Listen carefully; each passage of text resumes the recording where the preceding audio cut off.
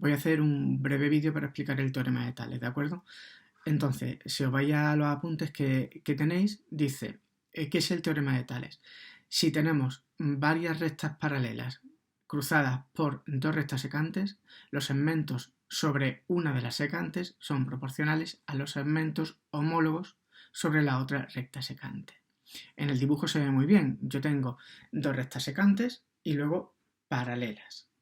Y me dice que los segmentos de una de las rectas secantes divididos entre los correspondientes de la otra recta secante siempre dan el mismo resultado. Bueno, como veis ahí, DE dividido entre AB igual a DF dividido entre AC, etc. El primer ejercicio es simplemente un ejercicio, tenéis ahí dos construcciones, rectas secantes cortadas por rectas paralelas. No tiene mucha historia, es simplemente ver los dibujos y poner la división de los segmentos que hay en una de las rectas secantes dividido entre los segmentos correspondientes homólogos de la otra recta secantes. Sustituimos los datos y despejamos lo que nos falte, ¿vale? Ahí no hay mucho que comentar. Ahora pregunta, ¿qué son dos triángulos encajados? Emboîtés significa encajados. Además, esto se utiliza mucho. Dos triángulos encajados son los triángulos que tenemos ahí en el dibujo. Es como si yo cojo, por ejemplo, una escuadra o un cartabón y lo meto dentro de su funda. ¿De acuerdo? Son como dos triángulos, unos metidos dentro del otro. Pues eso es lo que se ve ahí. Tenemos el triángulo ABC, que está metido dentro del triángulo ACD. ¿De acuerdo? Esos son dos triángulos encajados. Como vemos, ¿qué caracteriza a dos triángulos encajados? Pues que tienen un ángulo común, que es el ángulo A en este caso, en el dibujo este, y luego los dos lados opuestos a ese ángulo, que es el CB y el DE, son paralelos. Eso es lo que caracteriza a dos triángulos encajados. Bueno, por supuesto los otros dos lados son paralelos, ¿no? Unos caen encima del otro. El ejercicio 2 dice, considera los triángulos encajados siguientes. Explica por qué podemos utilizar el teorema de Tales con dos triángulos encajados. Bueno, se ve claramente, ¿no? Porque tenemos dos rectas secantes que están cortadas por dos rectas paralelas. Luego, justifica que dos triángulos encajados son semejantes. Bueno, ahí lo que hay es que relacionar esa figura con alguno de los tres criterios de semejanza. Como veis en el B dice, hay un par de ángulos iguales y un ángulo común.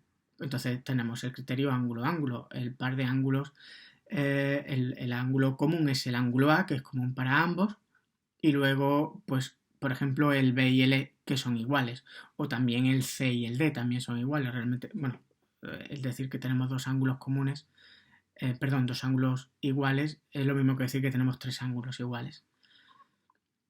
Y luego dice, calcula la medida de BC utilizando el teorema de Tales. Bueno, pues simplemente aplicar el teorema de Tales y despejar lo que tenemos, lo que nos piden.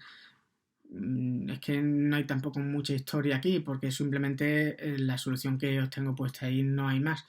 Y luego calcular BC, pero utilizando el hecho de que los triángulos son semejantes. Vamos a ver, aquí sí que me quiero parar un momento. Hay ciertas construcciones como por ejemplo esta, los triángulos encajados, en los que tú puedes utilizar para calcular medidas que faltan tanto el hecho de que los triángulos sean semejantes como que podemos aplicar el teorema de Tales.